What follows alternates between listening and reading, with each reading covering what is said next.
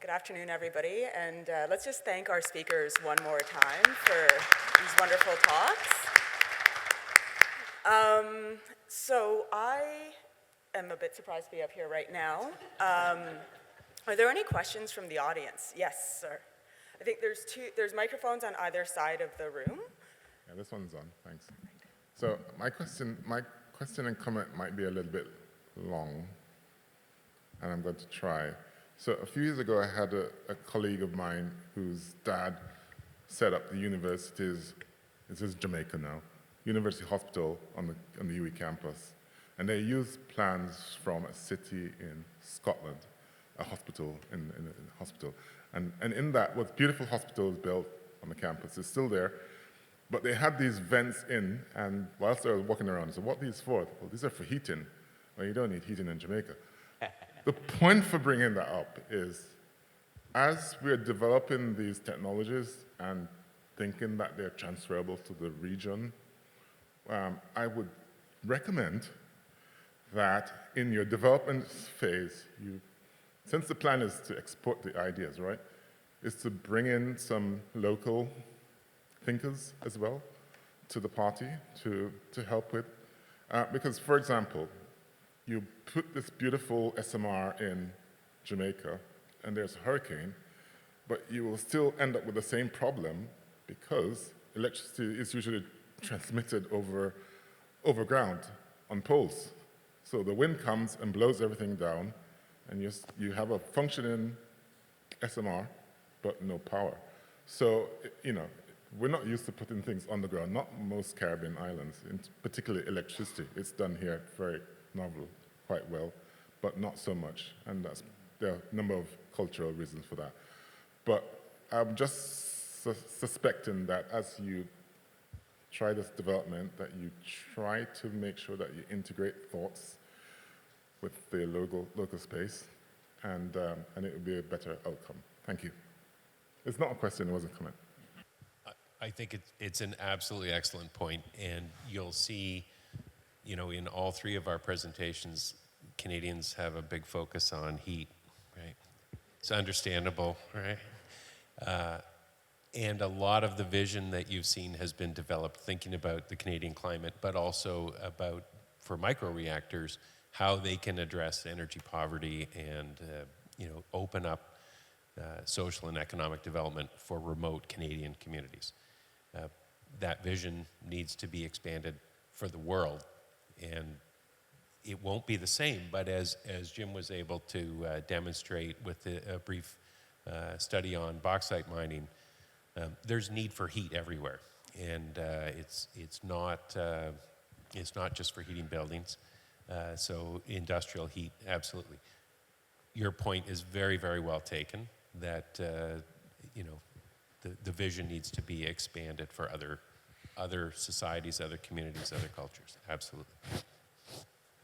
Yes, go ahead, John. Yeah, so I was just, works now, okay.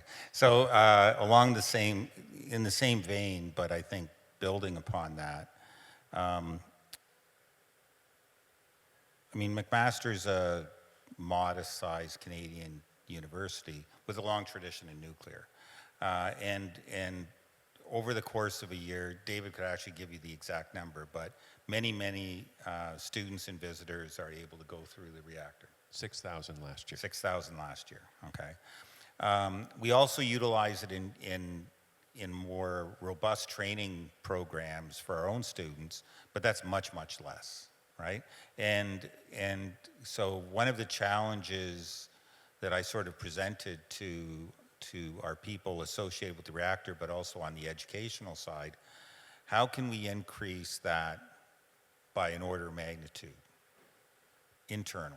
Like, how can we have 10 or 50 times more students within McMaster have a really profound educational experience with the reactor? But then the other piece of that is, how can we leverage universities around the world and develop a program where we can help build capacity? We're not going to be able to quickly build a research reactor at all those places, but the content that people need to learn can be shared. And then can we set up a facility so that we can bring them here for a brief, intense visit and give them that experiential component within the reactor. That requires us to do some visioning, some planning, some consulting with those partners that we may have, and then it's going to require an investment and actual execution. But I think it is something we're definitely thinking about. I'm incredibly proud to be at a university that's sort of taking on not just an educational challenge, but an actual true global challenge. Dr. Cotton, would you like to add anything? You know, I think the nice thing about heat is it can make cold, which is a wonderful thing. So you can do cold storage and heat storage, and our facilities have that ability. And really, I think the opportunity is in the industrial side or commercial side. That to me is the what we have to understand is what industries do you want to decarbonize, what industries, and that's where the bigger partnership needs to come. And then we work towards that. I think the opportunity of an SMR to replace your existing infrastructure is great, but I think if you think double the size of it and think what else you could do, what value-added processes you could do with having too much energy is amazing. And I think that's really an opportunity for SMRs, for remote communities, for islands, to be honest with you. What could you do if you had twice as much? I just had a question around perhaps talking more about some of the risks, perhaps, and the liabilities, and in particularly in the context of communities. If this shows up in a community, we know there's stigma around nuclear energy. How do you allay or address some of those concerns from a human perspective? Dr. Tucker? Oh, just Mr. Yeah, nuclear has a bad rap, and there's no question that there's a job to do to win over any potential community before they're willing to adopt this. And so first I'll just say I think projects like ours is exactly intended to give people the real look at what that can look like and how it can, nuclear can drive so many societal and economic advantages. The real story of nuclear is very different than the perceived story, and getting people to embrace that is, that's a long road for sure. I think increasingly, though, that is happening in the world. Nuclear is being viewed as part of the solution, where in the past it's been viewed as part of the problem.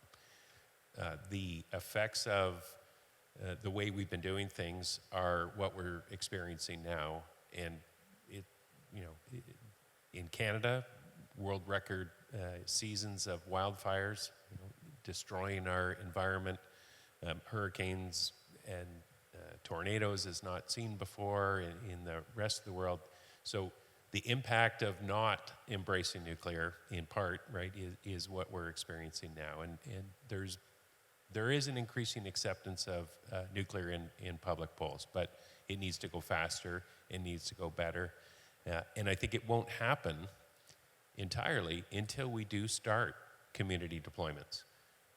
There's one community in Ontario that has a reactor right in the middle of it. It's ours, and we are not a power reactor, but we're very well supported by our community.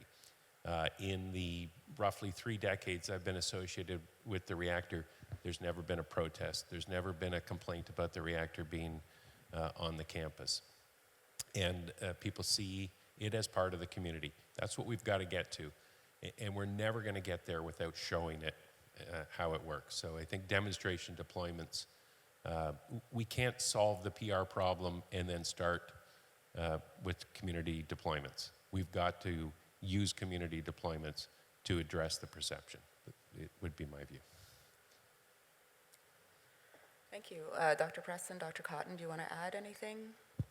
Maybe I can always add things, but I mean, part of that, if you go way back, of course, part of that is the reason that we don't say, blow up when we talk about nuclear is that obviously there is that connection, right? And that's been actually addressed by the industry in all of these SMR deployments.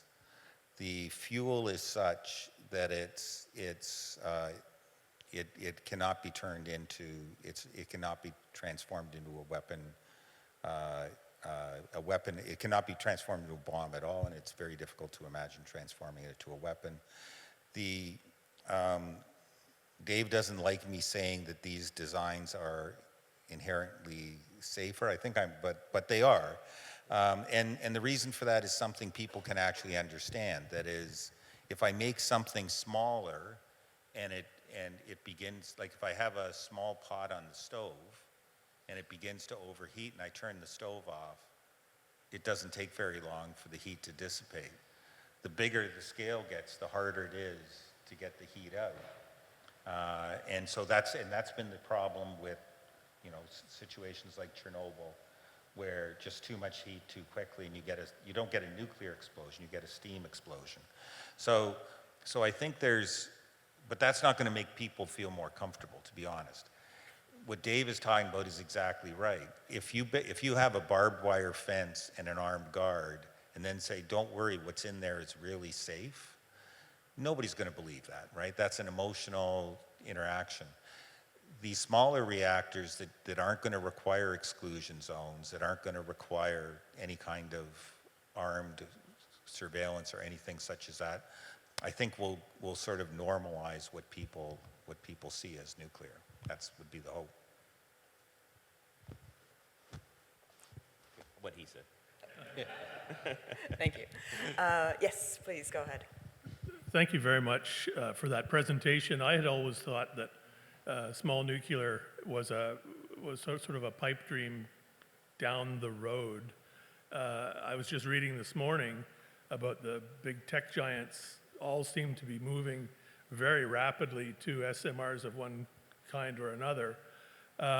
So that's really interesting. I found this presentation fascinating. But if there was a community or a small island developing state that had an interest in this kind of thing, I mean, I guess the first crass question that came to my mind was, how much would it cost?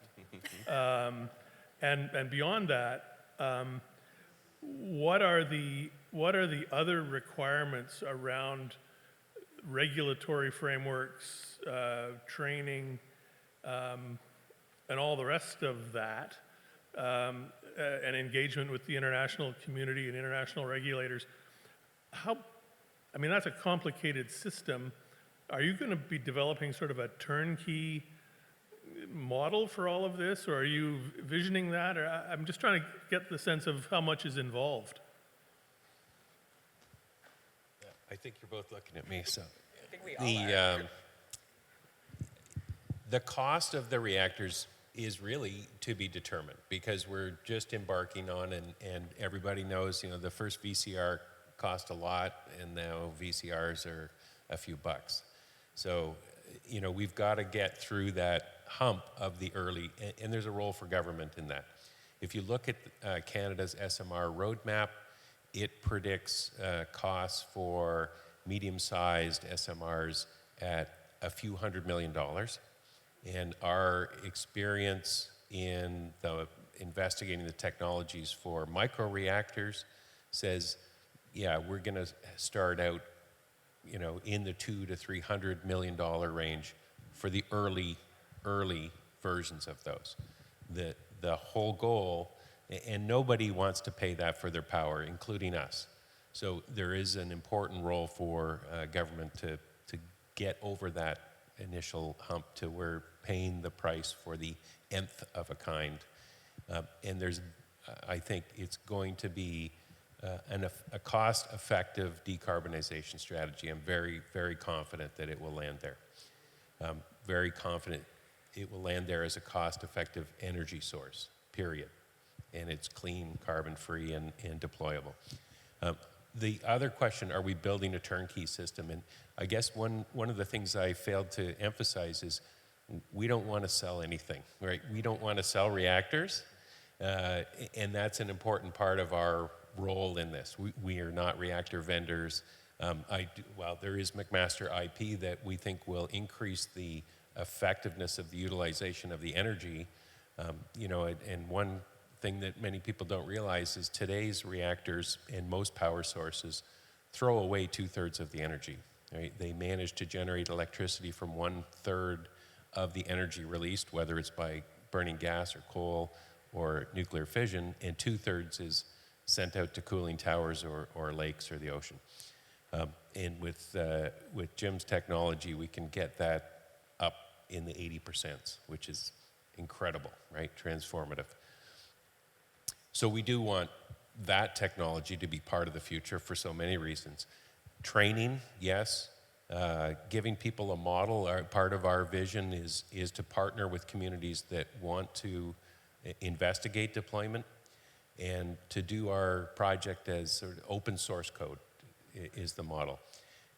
Here's our series of meetings we had to make decisions. Here's our manuals that we've developed. Here's the training programs that you can take. Here's our communication with our regulator about how we're going to address certain topics and try to bring partner communities, inside the circle so they're there and present in seeing the project develop, if they're interested now or to come in later and have that whole working model that we can share. Just a comment, because it didn't come up in Dave's answer, was this introduction of tech giants into the market is fascinating, and I'm encouraged by it. Because if you look, what they're doing is, and a few energy economists have said they're doing it all wrong. They should band together, so they should go with existing companies, support more big, more efficient plants instead of these small plants. And the reason they're going with the plant that's sized for themselves is they want energy sovereignty. For that data center, they're happy to pay 3, 5, 10 times more for the electricity, as long as they're not faced with a political decision where they're using too much power and their surrounding society says, wait a second, we want that back, right? And that's an interesting piece in the innovation of expensive technologies, is to have those customers who are willing to pay the premium to get the bugs out of it, right? The military does that, NASA does, that's how we got Tang, right? Elon Musk, I'm not a fan, but I am a fan of his cars, and he built his first cars for multimillionaires who wanted to go fast, right? So this is a route for innovation that is opened up, and it opened up incredibly quickly, right, out of nowhere. So it's exciting. Great. Well, I was just going to say, we just have a couple minutes left, and there's one more question. Do you want to go ahead? Okay, I'll try to be very fast.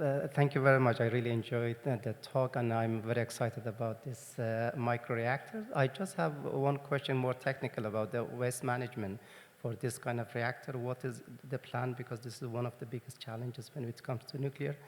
And the second thing is just mentioned earlier about the safety and security. The safety was emphasized in terms of regulatory authority, and then related to IAEA, International Atomic Energy Agency, everything should be regulated and in cooperation with that organization.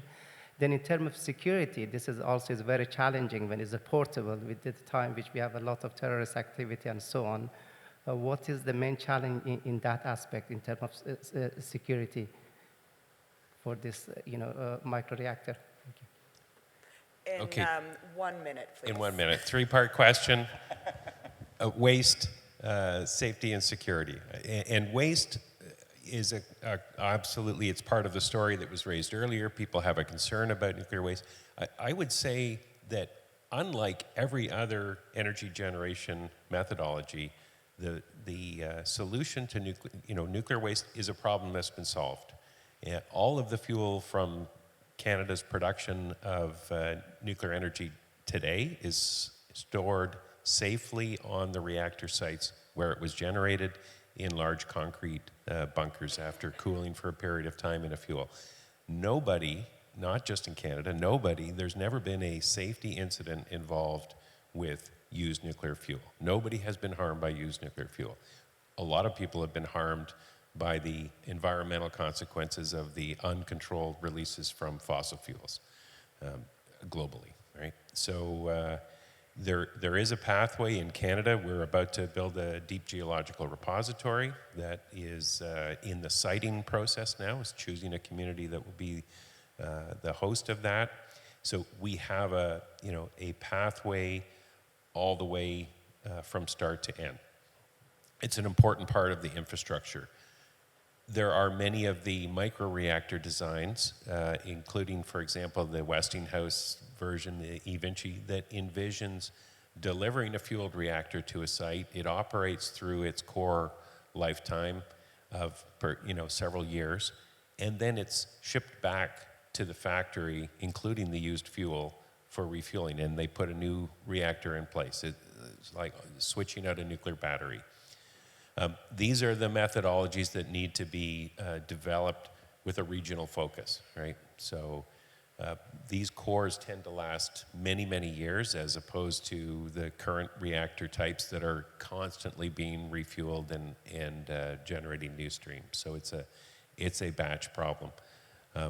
But it depends on the technology and the design. Safety, John mentioned many of the aspects that make these reactors, they're designed to be even safer than today's reactors, to be inherently safe. Walk-away safe is the terminology, so that even when they lose power, even when they lose cooling, the reactor shuts itself off and the heat removal is not a problem. So security, there's a disproportionate protection of nuclear infrastructure compared to all the risks. So there's a chlorine plant down the road that really is a public health, could be a target, right? That could cause a lot of destruction, but we don't worry about putting big armed guard forces around it. So nuclear has had a very different paradigm on security than every other equivalent hazard. That's part of what we've got to get through with these early demonstration deployments. Juliet's standing up to kick me off. So,